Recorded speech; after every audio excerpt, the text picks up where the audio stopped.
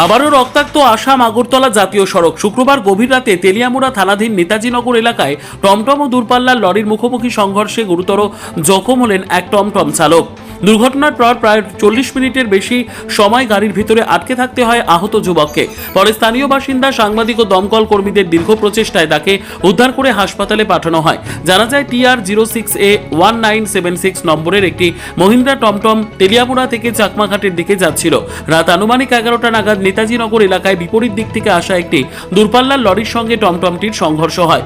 সংঘর্ষের তীব্রতায় টমটমের সামনের ও পেছনের অংশ দুমড়ে মুচড়ে যায়। গাড়ির ভেতরেই আটকে পড়েন চালক। ঘটনাটি প্রথমে দেখতে পান স্থানীয় দুই সাংবাদিক রাহুল পাল ও মৃন্ময় রায়। তাদের চিৎকার শুনে আশপাশের মানুষজন ছুটে এসে উদ্ধার কাজে হাত লাগান। খবর পেয়ে ঘটনাস্থলে পৌঁছয় তেলিয়ামুড়া দমকল বাহিনী। তবে প্রত্যক্ষদর্শীদের অভিযোগ, আধুনিক উদ্ধার সরঞ্জামের অভাবে আহত চালককে দ্রুত গাড়ি থেকে বের করা সম্ভব হয়নি। দীর্ঘক্ষণ প্রচেষ্টার পর স্থানীয়দের সহযোগিতায় তাকে উদ্ধার করে দমকলের গাড়িতে তেলিয়ামুড়া মহকুমা হাসপাতালে নিয়ে যাওয়া হয়। হাসপাতালে প্রাথমিক চিকিৎসার পর আহতের শারীরিক অবস্থার অবনতি হলে কর্তব্যরত চিকিৎসকরা তাকে উন্নত চিকিৎসার জন্য আগরতলার জিবিপি হাসপাতালে রেফার করেন। দমকল বিভাগের আধিকারিকের কাছ থেকে জানা যায়, আহত টমটম চালকের নাম দীপ্তনু সরকার, বয়স 18। এই দুর্ঘটনার পর ফের সামনে এসেছে জাতীয় সড়কে দুর্ঘটনাগ্রস্তদের দ্রুত উদ্ধারের ক্ষেত্রে পরিকাঠামোগত সীমাবদ্ধতার অভিযোগ।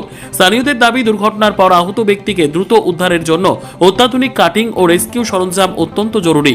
উল্লেখ্য, গত বছর চাকমাঘাট এলাকায় একই ধরনের দুর্ঘটনায় একটি লরির চালক মিহির দেবনাথ দীর্ঘ সময় গাড়ির ভেতরে আটকে থাকার পর প্রাণ হারিয়েছিলেন বলে স্থানীয় সূত্রে জানা যায়। সেই ঘটনার পর উদ্ধার পরিকাঠামো আধুনিকীকরণের দাবি উঠলেও এখনও তার যথেষ্ট প্রতিফলন দেখা যাচ্ছে না বলে অভিযোগ।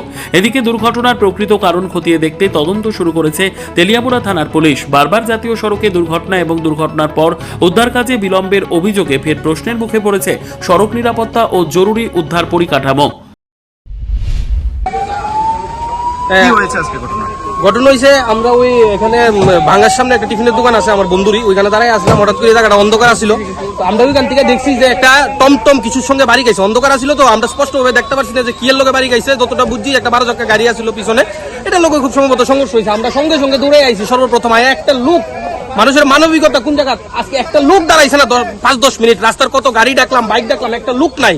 পাড়ার মানুষ বাইরে আইছে, সবাই চিল্লাচিল্লি শুনে বাইরে আয়া সবাই সহযোগিতায় ফায়ার সার্ভিস আইলো, পুলিশ আইলো, সবাই মিলে টানা এসরা কইরা সবাই রাত্র টাইম তো বাড়ি করো, সবাই ঘুমাইতেছে, বাইরে একটু টাইম। রাস্তার মানুষের বিবেক এতটা ডাউন হয়েছে, মানুষ 5 মিনিট গেছে। আমরা গাড়িটা এখানে গিয়ে 2 জন দাঁড়া করাইছি, আমরা 2 জন লোক মিল্লা ফাটতাছি না বাই করতাম। আধা ঘন্টা 40 মিনিট টানা এসরার পরে বাইরেছে। যুবকটার অবস্থা খুব গুরুতর।